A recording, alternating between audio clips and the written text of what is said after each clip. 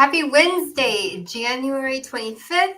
I am Jamie Green, the Solar Queen, and I am coming on live on all of my social media platforms to share a very, very important message. If you are living in the state of California and if you're wondering, does solar make sense? Is it worth it to go solar in California in 2023, especially with the NEM rules that are going to be changing come April 14th, which is like less than 90 days away. And so I wanted to hop on and talk about these things with you. So if you have any questions, please make sure that you type them in. I will see them. I'll pull them up on screen since this is a live stream and answer your questions live. If you have questions and you're watching the replay, you can do the same. And I will go back and answer your questions after this live stream.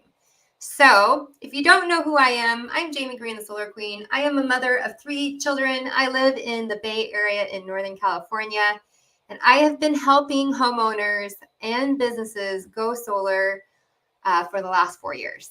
I love helping people save on their energy costs. And if you haven't noticed, the utility companies continue to raise their rates 3-4 times a year. And right now it is at the all-time high. It's the most expensive, and it will not be the least expensive for very long as time progresses. So the average rate per kilowatt hour is right around 36 cents a kilowatt hour, and that will only increase because they just increased the rates again. So why does this matter to you, and what have I seen over the last 4 years?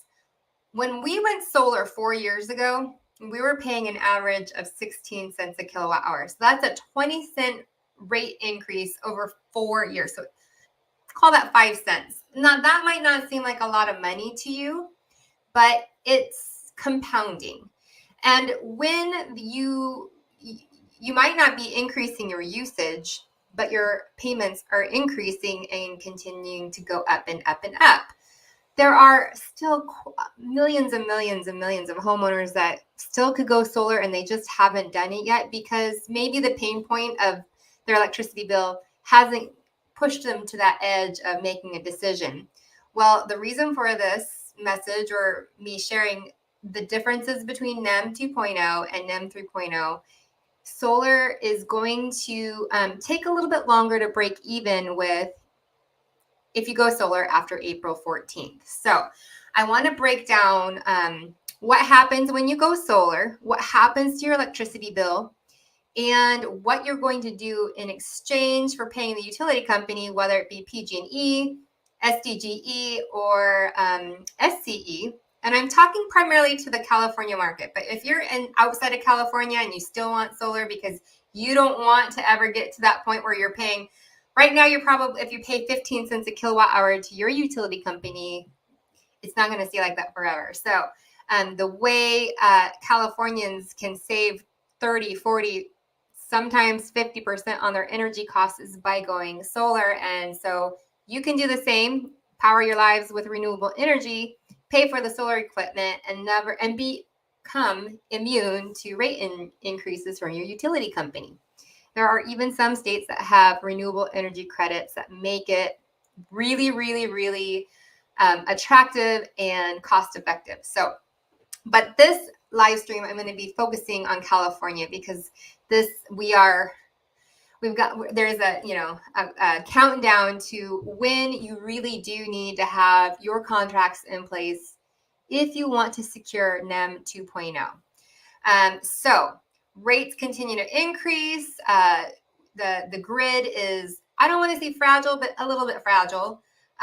Rolling blackouts, storms, fires, all these things are it's just pressure on the grid, on the utility companies. And when the power goes out and if there's like a wildfire and there's liabilities there, all those liabilities get passed on to the utility company clients, all of us who are paying the utility. So that's what we've been experiencing specifically with PG&E. That's the territory that I'm in. and rates just continue to climb. So when you go solar, you are essentially removing the distribution, generation, and transmission charges, which you're paying right now. That's how you pay for your electricity. You're removing that out of your billing, and you're replacing it with a solar system that's going to become your power plant, your electricity power plant that you own or you can lease. There's benefits to leasing and there's benefits to owning, and I'll try and break that down in a little bit. But the whole point is you are replacing the utility company with your own solar equipment, and that solar equipment is going to provide, hopefully, if you have enough roof space and the right kind of sun exposure, you're going to generate all the power that you need and then some, because I always hear, gosh, I wish I would have put more solar on my roof when I got it in the first place. Because there's something that happens called degradation over time, as well as maybe you're adding an electric vehicle, maybe you got a hot tub, maybe you're doing a home addition, something like that, and your usage goes up and you don't have enough solar and it's leaving you with a true up. And a true up is when you settle with the utility company. Did your solar system produce this much energy? Let's say it's 10,000 kilowatt hours like it was designed to do.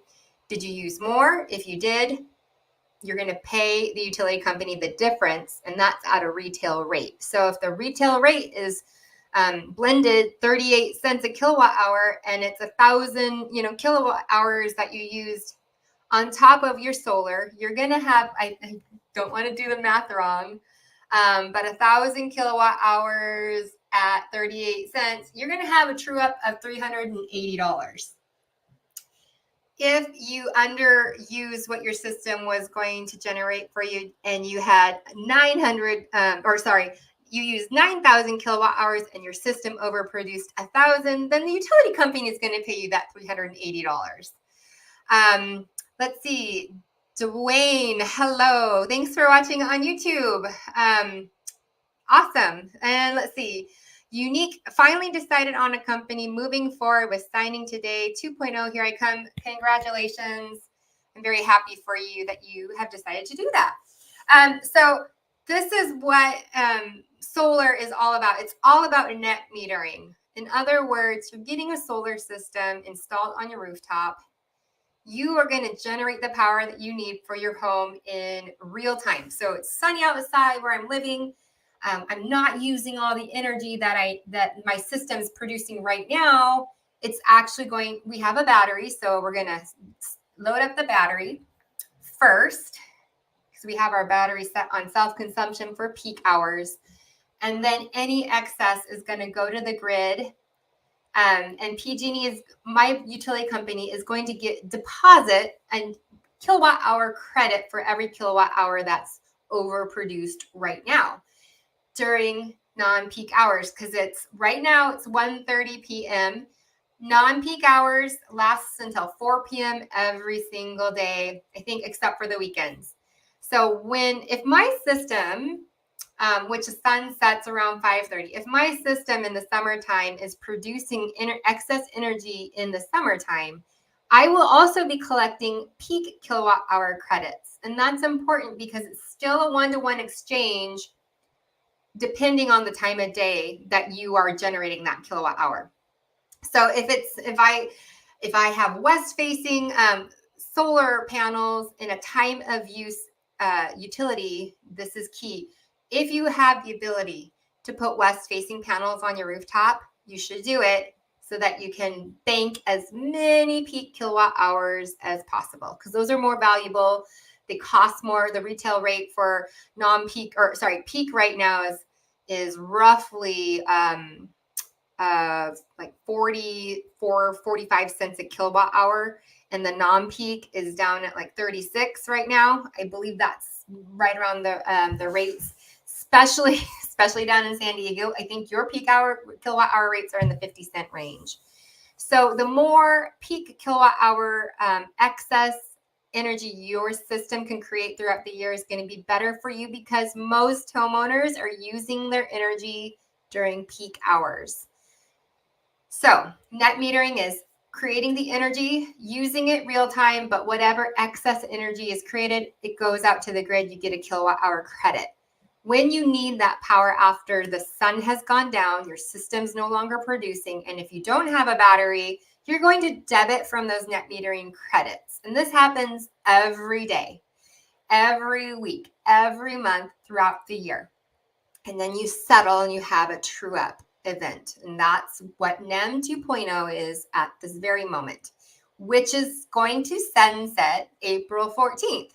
So come April 14th, anyone whose interconnection application, along with their single line electrical drawing, plan sets, signed contract, signed CPUC consumer protection guide. That's the most that is needed for interconnection, depending on your utility. That all has to be in the system and accepted by April 14th to be grandfathered in to NEM 2.0. The thing is for most solar companies, solar installers, they really, the cutoff is going to be 30 days prior, because to get that single line electrical drawing, a site survey has to take place. And then the engineers have to go and do the CAD drawings, the electrical drawings and whatnot. And then their interconnection department or personnel then has to take everything and submit it to the utility into their interconnection portal. And it has to be like, stamped and said, congratulations, or we have received the interconnection application. From there, you as the homeowner have 3 years. You as a homeowner and the installing partner, whoever that installation partner is, have 3 years to complete construction of the project. So say you need a new roof, which so many of my homeowners right now need new roofs. So many of my homeowners right now need electrical upgrades to even get the solar, because you need to have enough backfeed in your service panel, and there's limitations to that, to be able to take in the power from the solar system and put it into your home and whatnot. Even though your system's producing power, you still need, there's an amount of backfeed that's needed, and it's dependent on the system size that you're getting, the kilowatt system size that you are having installed. If it's too big, it might not work. There's all these different electrical things that will be determined after consultation of what might be needed for getting solar installed on your house. All that, the utility companies are going to give the installers all that 3 years from April 14th, 2023 until 2026 to complete everything and get interconnection granted, which is also permission to operate, or PTO, that system. Hopefully it doesn't take 3 years to get your project completed and signed off and interconnected, but there are cases where sometimes that might be the case. So the important thing is, though, the message I want to share is it is so worth it to get signed and locked in and grandfathered with NEM 2.0. So if you have ever thought about getting solar, or if you ever have consulted with me and you still have not made the decision to go solar, I really encourage you to make that happen by April 14th, when we'll back up 30 days and say March 15th or March 14th, that you really need to have everything signed so that you can get your site survey and so that we can get you under NEM 2.0. So here's what NEM 2.0 is. It is a 20-year agreement with the utility. If you're not on time of use yet, you will be switched over to time of use. And time of use is based on time of day that you are using the energy, or exporting energy and importing energy. So time of use. Peak hours are from 4 to 9 typically, and then 9 to 4 p.m. the next day is non-peak. It is a 1-to-1 ratio, meaning whatever. So this is a tricky thing I'm going to explain in a second, but if you export a non-peak kilowatt hour, but you import that credit during peak hours, it's not a true 1-to-1 exchange. It's more like a 1 to a 0.85 exchange. To offset that, and if you don't have a battery, I always recommend sizing your system 15 to 20% larger than what you historically have used when it comes to the amount of kilowatt hours you used. So if you're on the tiered billing system still with your utility, you're getting charged based on the amount of power you're using in a 30-day billing cycle. So tier 1 is like typically 300 kilowatt hours. Tier 2 is typically 300 to 1,000 kilowatt hours. And if you go beyond 1,000 kilowatt hours, you're going to be in high surcharge. I have a friend who showed me her bill. She's like, why is it $800? And I explained to her that because half of her energy that she's using in a 30-day period is at high surcharge rates, and high surcharge is 55 cents a kilowatt hour with PG&E. So she's firstly, I said, now if you never go solar, the first thing you want to do is switch over to time of use, because for her it would make sense to go to time of use versus being 2 weeks out of the month at high surcharge, which is 55 cents a kilowatt hour. But the good news is she's going to go solar, and we are going to sign her up and get her taken care of shortly. So the thing is you want to oversize your system if you're not getting a battery by 15 to 20%. So in other words, if you use 10,000 kilowatt hours in a year, you want to get a system size, a kilowatt system size that's going to generate 11,500 to 12,000 kilowatt hours, so that you have that buffer. You're going to, because most of us use our power during the peak hours, and you just want to, the goal is to not ever pay the utility company for your electricity again. I think that's usually the goal for most people. That, and to save money. Like, saving money is huge right now with where things are at with inflation, and with, people are saying we're in this recession. And so if I can help you save on your energy costs, I want to do that. And if you think I can help you, I want you to reach out to me. And so that is essentially what NEM 2.0 is, a 20-year agreement with the utility company. Switch to time of use if you're not already there.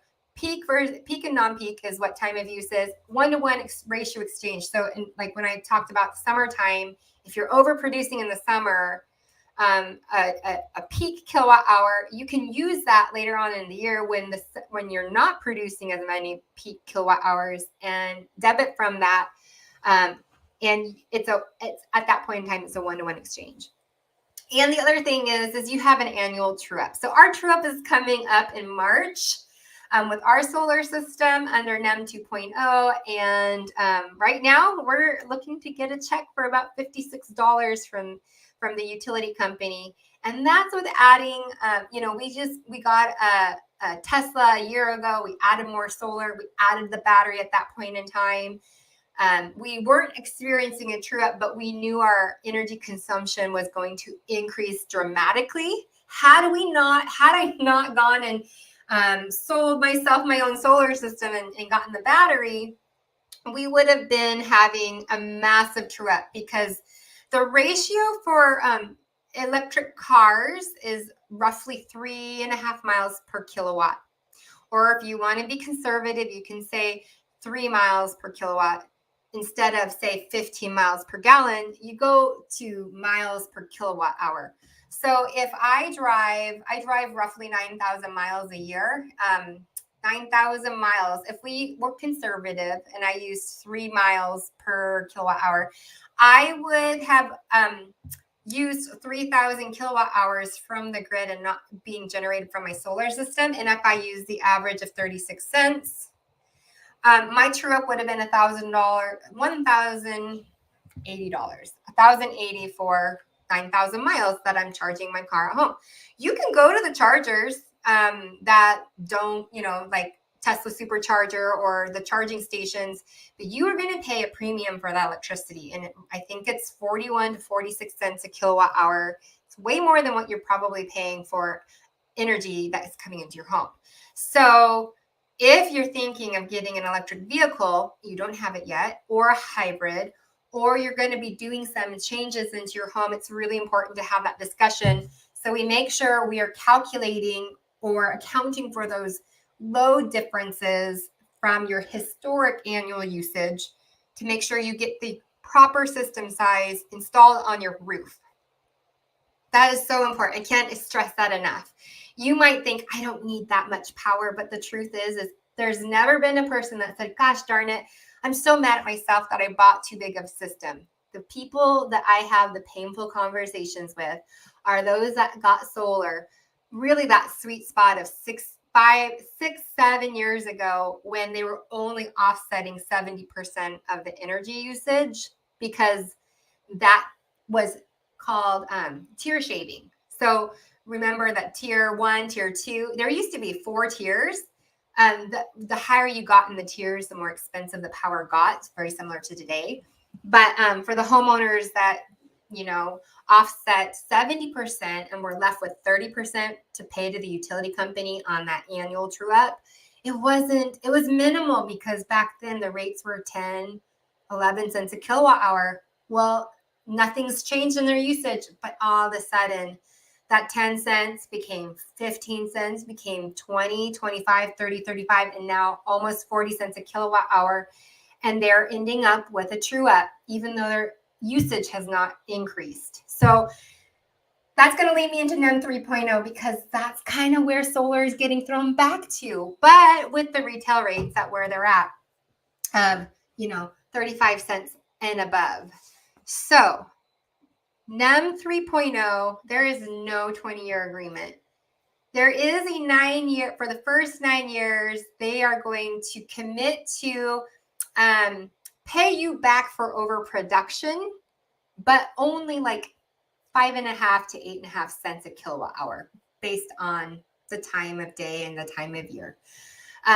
So this, when it's like peanuts compared to the retail rates right now, right? So if it's like a 75-80% reduction in overproducing.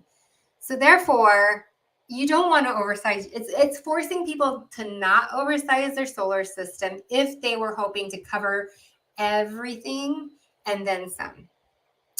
Although I still think in California, I'm going to have to run the numbers of what this would look like for a homeowner to get solar and to offset it to their highest energy usage months, which is typically in the summer when everyone's running their air conditioning because it's getting hotter and hotter here in California.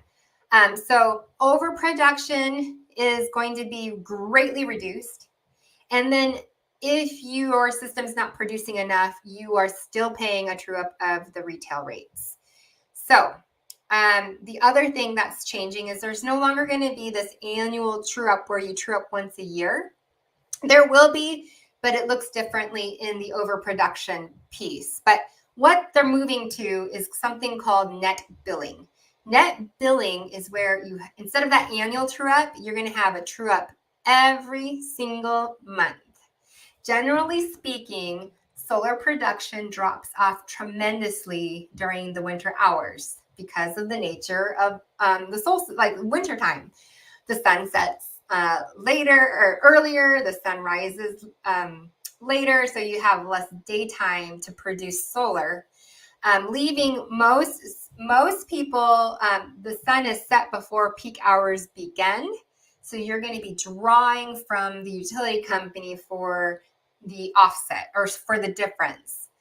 And you're going to still pay the utility. What they're doing is forcing you to pay those peak kilowatt hours, which are going to be probably around 50 cents a kilowatt hour under NEM 3.0, because they're going to force you into a different solar true up rate or net metering rate. And the preliminary numbers I have seen for peak hours is 55 cents a kilowatt hour for peak and roughly 8 cents a kilowatt hour for a non-peak time of day. So all that means is your energy during peak hours just got more expensive when you go solar under NEM 3.0. So the question is, what system size do you get? Are you going to get a system that's going to offset 100% of your usage, but only, so you're going to pay more for solar to only get 8 cents a kilowatt hour for overproduction? Or are you going to offset it going back to that 70% solar offset and then add a battery? So they're really, really forcing people to go solar and get a battery. And if you want to ask my opinion, it makes complete sense to get solar and a battery together for various reasons. The main reasons why people get a battery is for peace of mind. Just like you get car insurance or life insurance or health insurance, just in case something happens, you're covered. A battery is going to be there just in case the power goes out and you need power to your essential loads. A couple of weeks ago, we had a big storm and a power outage, and it went pitch black. a transformer blew up, a transformer blew up in the neighborhood. Everybody's power went out. We happened to live on the same grid, substation grid of hospitals and fire stations, so our power always gets restored first. But when the power goes out, no one really knows how long is the power going to be out. Like there was some down live power lines about 15 miles away from me, and they had no clue when those power lines were going to be back up and running, and when people were going to be getting their power restored. But for everyone who has a battery, you are so grateful that you have the battery when you actually need it. Otherwise, your system, if you don't have a battery, your system is going to shut down completely. Okay, so you say, well, getting solar panels increase your home value. Yes, there are studies that show that solar panels do indeed increase your home's value. And the really good news is I believe it's until 2025 that the county assessor cannot come out and reassess your home and make your property taxes go up just because your home value has gone up because of solar. So yes, solar panels, I believe there was a study that it increases the home value. I mean, think about it. If you were to get a solar system on your house and you live there, say, for 2 years, 3 years, and then you're like, oh gosh, I need to sell my house and move across the country because I need to help my mom and she lives across the country. Who wants to buy a house? Say your house is 3,000 square feet and it costs like $500-$600 a month to pay for electricity for that home.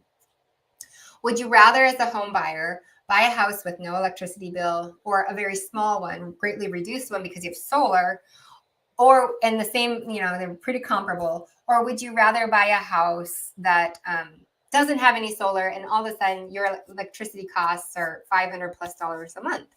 So not only is it going to be an advantage for you if you go and sell the home again, you're going to be able to ask more for that house because you have a solar system on your home. So that has always, in California, especially, home values, solar systems have added value to your home. But there's also a study out there.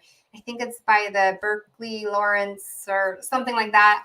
I don't know. I can't remember the exact name of the study, but it has shown that solar does increase the value of your home. Colin, hello, always providing value. You're welcome.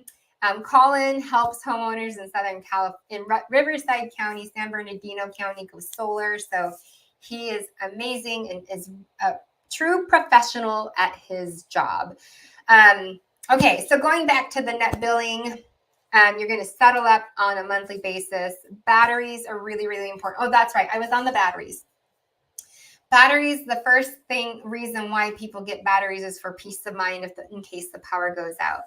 A few years ago, when the entire state shut down the grid during the wildfires that were like ravaging throughout the state, they shut down the grid. I remember the date. It was in September. I want to say it was September 11th, maybe September 13th. I was speaking. I wasn't speaking, but I was at a resiliency fair with the County of Marin at a high school, and they said by 5 p.m. the power is going to be cut, and sure enough, the power was cut, and no one knew how long the power was going to be cut for. It was out for 5 days, and people lost so much in that power outage because of food in the refrigerator, food in the freezer. I had just gone to Costco and stocked up on, meat and all the refrigerated things. And when I knew that we were going to have a power outage, and this was before we had our battery, I froze a bunch of like Ziploc or, Rubbermaid, what are they called? Tupperware things. probably not Tupperware. I don't own Tupperware, but containers, water bottles, everything. I packed my freezer up as much as possible. And then when the power went out, I did not open the freezer. I did open the fridge, and we ate everything as quickly as possible out of the fridge. But whatever I could, I put in the freezer, kept it shut because we didn't know how long. We lost like vegetables and fruits, frozen vegetables and fruits, but the deep frozen, way in the back of the freezer meats, they never froze. Here is a tip. Here's a little hack. If you ever want to know if you've lost power, other than seeing, or if you go on vacation, this is another one. You take a little container, like one of those little tiny Tupperware things. You fill it up with water to the top. You freeze it. You put it in the freezer. And then you take a coin, like a penny, and you put it on top of the frozen water, and you just leave it in your freezer. If you come back from vacation or whatnot, and that penny is sunk down to the bottom of the little frozen container, and it refroze again, then you've lost power, and you have to question, do we throw the stuff out or not?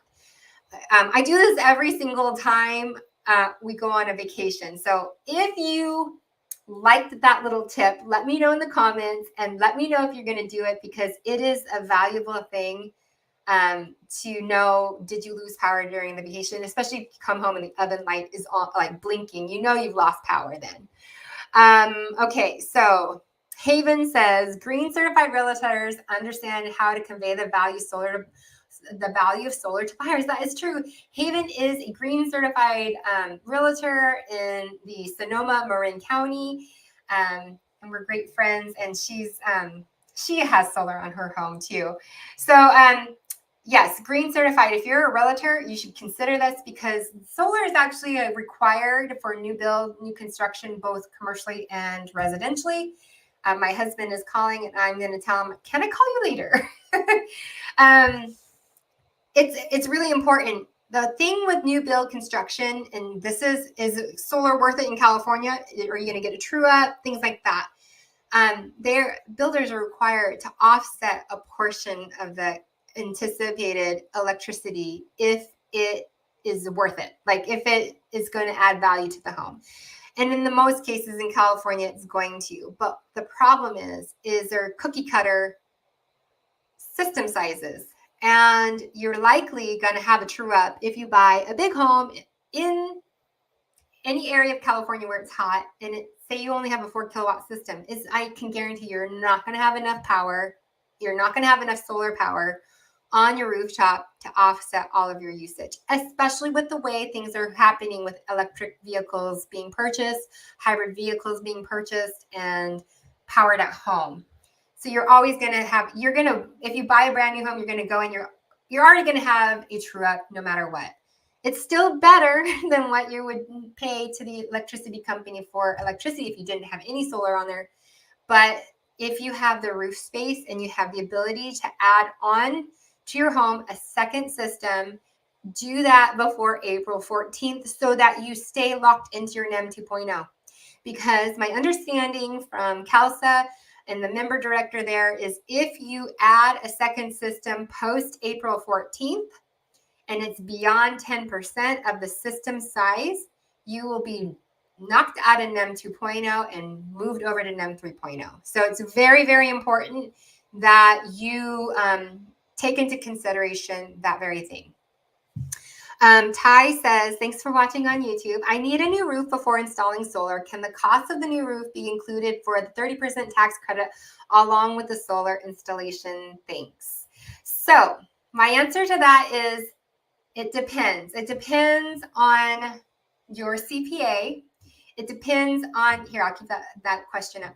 I have homeowners who include the roofing in under their solar agreement or solar contract. And a way that you can say it is, solar, it costs this much, but my roof was included for free, or whatever it might be. You have to decide what you're comfortable with. I don't give tax advice. I'm not a CPA, but I have had several homeowners do the same. Get the roof, get the main panel upgrade, get the battery, get the solar. There's four big events happening there, all under one solar agreement.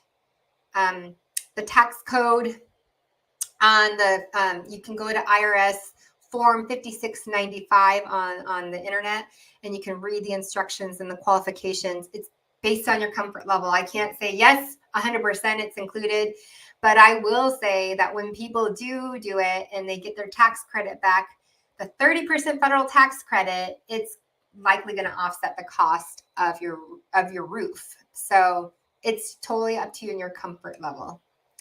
Hello, Steve. Thanks for watching on YouTube.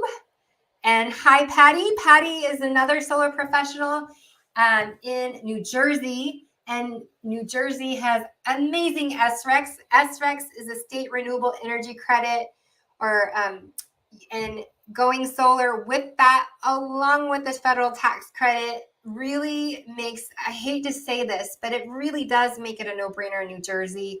And every homeowner and business owner, if you're watching this and you live in New Jersey or have a business in New Jersey and you own the building of that commercial property, you really owe it to yourself, especially if you're wanting to reduce expenses and increase your net operating income. If you're a business owner, multifamily apartments, any sort of business, you really, really should consider solar, because it's basically paying you to go solar. It's ridiculous. So Patty, you can reach out to Patty for solar for your home there. For businesses, you can reach out to me as well for that. But yeah, New Jersey is incredible there. Dwayne Robertson, I bet that you pet stores lost a lot of fish and grocery stores lost a lot during the power outage. Dwayne, you're correct. And even this is going to be so morbid, and it made me go, oh my gosh, I can't even believe this. But I remember watching a news report during that 5-day power outage, mortuaries and the bodies that were in the freezers, losing power for days and days and days. It affects so many businesses, not just pet stores and grocery stores, but yes, every grocery store that did not have generators, did not have solar with major battery storage components, they lost a lot. Thankfully, hopefully the grocery stores, have insurance for that situation. But for the pet stores, those were poor pets, the fish, loss of life and everything. But yes, it is, batteries are really, really essential with solar, whether or not you go NEM 2.0, NEM 3.0. So energy independence, peace of mind, but it also helps with the peak hours. And I'll explain that in a second, because I'm going to get through some of these questions and comments. What's cracking? Thanks, Patty, for the content. I really hope this is super educational for everybody watching, and also that you can hear the urgency in your decision to go solar in California. Does the second system need to be installed by April 14th? No, Haven. All the systems need to be installed and interconnected. And they have 3 years time, basically, to do it. Hopefully it doesn't take that long. But if you can imagine, it's probably, there's going to be some delay in getting this all done. And maybe this is why the utility companies gave 3 years for things to complete, because if you can imagine, there's only so many solar companies that install solar in the state of California, and there's only so much inventory of modules, inverters, batteries, all the components that actually need to go up onto your roof or your property if you're doing a ground mount. There's going to be inventory constraints, which pushes out installation timelines. And permitting and inspectors and all the things that are involved, because this is a construction project at the end of the day. So if you need a new roof, that's a permit and an inspection. If you need a main panel upgrade, that's a permit and an inspection. Usually the electrical and solar can be pulled together and inspected. Inspection for MPUs happen day of the MPU, and then solar gets installed. So there could potentially be 3 permits and 3 inspections, perhaps more for fire inspections if you live in a rural area, wildlife area where there is fire inspections required by the city or county that you live in. So many inspections, and if you fail an inspection, then there has to be a re-inspection. So There's a lot that goes into getting solar installed. I wish it was just the snap of the finger, panels get installed, and then boom, you're producing energy, but that is not the case. But the really, really, really important thing is that interconnection and single line electrical drawing being submitted to the utility company, along with the home improvement contract. And very important is actually the California Public Utility Commissioners Consumer Protection Guide. It's like a 24-page document that just makes sure you're protected by who you're picking as an installer, and how you understand how you're paying, because you can pay for solar in several ways. Most people take out loans for solar. Some people lease if they don't have the tax liability, take advantage of the tax credit, and whatnot. Some people take HELOCs out. Some people pay cash. Some use PACE funding, which is a property assessment that happens, and a lien gets put on your property taxes. I don't help people that way because I don't want that ever to become an issue down the road. But it is a way that people can pay for it. So Steve says my average electric bill is $500. So you tell me, Steve, do you think that's a lot of money, or do you think that you would like to use that somewhere else? If you could pay $300 a month for your solar equipment, and you pocket the $200 or put it somewhere else, or pay down the loan if you take it out, would you say that's a good deal and worthwhile for solar? Because that's typically what happens here in California. But $500 is a lot of money. I think it's a lot of money. In this case, if solar installation is to be done after April 13th, how many solar panels and how many batteries should be installed? That is a great question, and it can only be determined if you and I hop on a Zoom call, and we look at your utility bill. I hop onto Google Earth and I look at your roof orientation. I can determine how many kilowatts of solar need to be installed to generate the amount of kilowatt hours that $500 pays for. Let's say it's the average of 36 cents per kilowatt hour.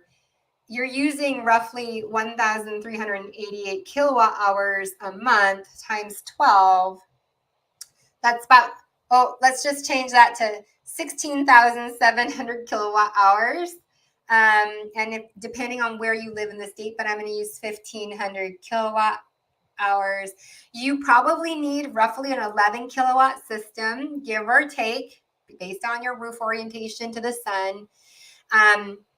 And then we need to decide, do you need a main panel upgrade? Do you want a battery? Roughly one battery is going to cover the non-essential loads, anything that's between 25 and 30, depending on the battery, amp breakers that are in your service panel and your sub panel. And so there's a lot of things that we would need to discuss. But that being said, if you're interested, I want you to go to my website here, jamiegreenthesolarqueen.com. I'll even put it in the comments so you guys can see them.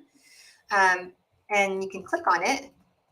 Or since you're watching on YouTube, I do know that my website is on there, jamiegreenthesolarqueen.com. Go there. There's some little videos there, and a little form for you to fill out, and you can schedule an appointment so we can meet on the phone or over Zoom and talk about your specific scenario. But I'm going to guess you need a roughly 11 kilowatt system. One battery might be sufficient. You might need two. If you have air conditioning, any breaker that's over 40 amps is likely not going to be covered by one battery. If you're wanting to run your air conditioning in the summertime, you're going to need at least two. And there's different ways to use the battery based on what's really vital for you guys. Okay, so Ellie says, hi, Jamie, jumping on here late. Do California homeowners and businesses need IA agreement, interconnection application agreement started by 4/14 with 3 years to complete and install? Yes, the interconnection application, this applies to both homeowners and businesses. They do need to be accepted into the utilities interconnection department. And here's the caveat. It really can't change. Like if there's a mod swap meaning the solar panels run out of stock and the installers forced to use a different module or different wattage panel, or something changes in the line drawing for whatever reason, if that changes after April 14th, then you're likely not going to be able to get in grandfather into NEM 2.0. So it's very, very, very important, like do it sooner than later so that if there's anything like that, I know the solar installers are going to be stocking up inventory and like literally reserving all of that for signed contracts and agreements with homeowners and businesses. But during all, COVID and everything, there were and tariffs with the solar panels and things sitting out at the, out at sea until they could come into port. The mod swaps are happening constantly. That single line drawing and the plan set and all that stuff going to the utility company. The reason why mod swaps are kind of important, say you have 12 400-watt panels, but they run out of those, and so they're going to put 425 and 12 of those. The system size changes, and that AC, the nameplates on the interconnection application are on there. And so it's really important. It has to match up. It has to line up. It has to be, all the I's need to be dotted, the T's need to be crossed. So this is really, really important for that. So, but once the interconnection application is accepted, then yes, 3 years to complete and get interconnection granted by the utility company per everything that's been submitted. Okay, you're very welcome, Steve. Okay, I'll get back to the batteries and how that affects NEM 3.0. Because I'm going to step back and say net billing is when you settle up every month. So one of the ways to avoid net billing to the degree of which you are paying the utility for imported energy that your solar system is falling short of, because it's the nature of solar production in the wintertime, you likely are not working from home like I do. And you're probably everyone's at school or at work or out of the house during the day. So you're not using the power. So why not load up your battery? There are 10 kilowatt hour, all the way up to 20 kilowatt hour. And then you can stack certain batteries, meaning scale the battery so you get more storage. That's extreme. And the most I've seen is 2 residential batteries stacked together. And that just gives you more time, more kilowatt hours to use during peak hours. The goal is to get you through those expensive peak hours. So I always tell my homeowners, even in NEM 2.0, to load shift. That means wait until the peak hours to do big loads like running the dishwasher, doing the laundry. I know in places where it's hot and they're running the air conditioning all the time, like in Arizona, they do something where they close all the windows and doors and they run the air conditioning super, super cold in the morning hours when the energy is the least expensive. And they cool off the house during those early morning, say from 9 a.m. until 2 p.m. Peak hours hit, they turn off the air conditioning, they have load controllers, or they switch to an optimal billing plan, rate plan, and then they just keep the doors closed. And the air conditioning hopefully keeps their home reasonably cool and livable until peak hours are over, and then they can run their air conditioning after the peak hours has ended. And I believe it's 9 p.m. So they have a longer peak hours on their time of use and in their utility. And so, and then once the non-peak happens, the rates drop like crazy. So for them, it doesn't make sense to offset all of their energy with solar. And that is essentially what NEM 3.0 is going to force us to look at. We really, really, really need to understand, if you decide to go solar after April 14th, what are your daily habits? What kind of loads are you going to be running between 4 and 9 p.m.? Because that will affect your battery and how you use your battery. So what homeowners will want to do is load up the battery with non-peak kilowatt hours when they're at work and not using the energy at home. When peak hours hit at 4 p.m., you switch over to self-consumption in your battery, and hopefully that battery will carry you for the entire peak time frame. But for some homeowners, that's just impossible to do with one battery. I have a homeowner who has 2 batteries, and they blow through 20 kilowatt hours of stored power in about 2.5 hours every single day. It's the nature of the size of their home, all of the loads that are in their home and whatnot. And that's even with them being on LED lights and load shifting and doing all the things. So it's very, very important that I, or whoever it is you work with post April 14th under the new NEM 3.0, that we understand your loads, your future plans, and setting you up with the right solar system size and the right battery storage for your home. Solar without a battery in NEM 3.0 just doesn't make sense to me, because you're going to be paying a lot of money for those peak hours. So my first message to you is, if you've been thinking about solar, if you've ever gotten a quote and you haven't been able to make that decision yet, make the decision. Just like make the decision to get the solar done and installed. Get the home improvement agreement signed and get your site survey done as soon as you possibly can. Like, don't sit on this. And you just can't. Energy is only going to get more expensive as time passes. The grid and the amount of electric cars coming online are going to just put more and more demand. So my best recommendation for you as a homeowner is get solar with battery. You can finance it, you can lease it, you can do the HELOC, you can pay cash. There's many, many ways. Every solar installer is going to have a finance partner that you can get financing. As long as you qualify for it, you can go solar with nothing out of pocket, meaning you can make the switch to solar, not come out of pocket for anything unless you want to pay the cash price and pay cash for your solar system. You can do that. I have lots of homeowners who do that. If you want to lease the system, you can do that. You have to have a 650 credit score and above. There are benefits to that. You don't get the tax credit for the solar system. Whoops, I'm like talking with my hands and bumping things. You don't get the tax credit per se, but you're going to save dramatically on the rate that you pay for per kilowatt hour over time. You're still going to stay underneath the utility company.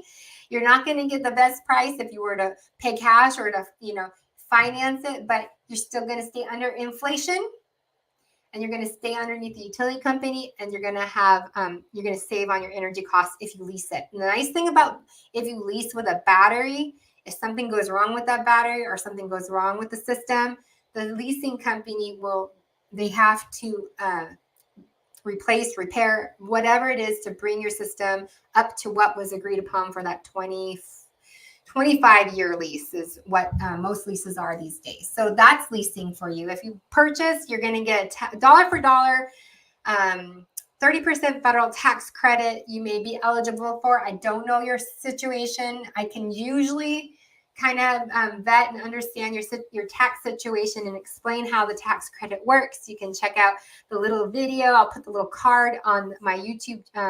When I go back and edit the YouTube video, you can see that video on how the tax credit works.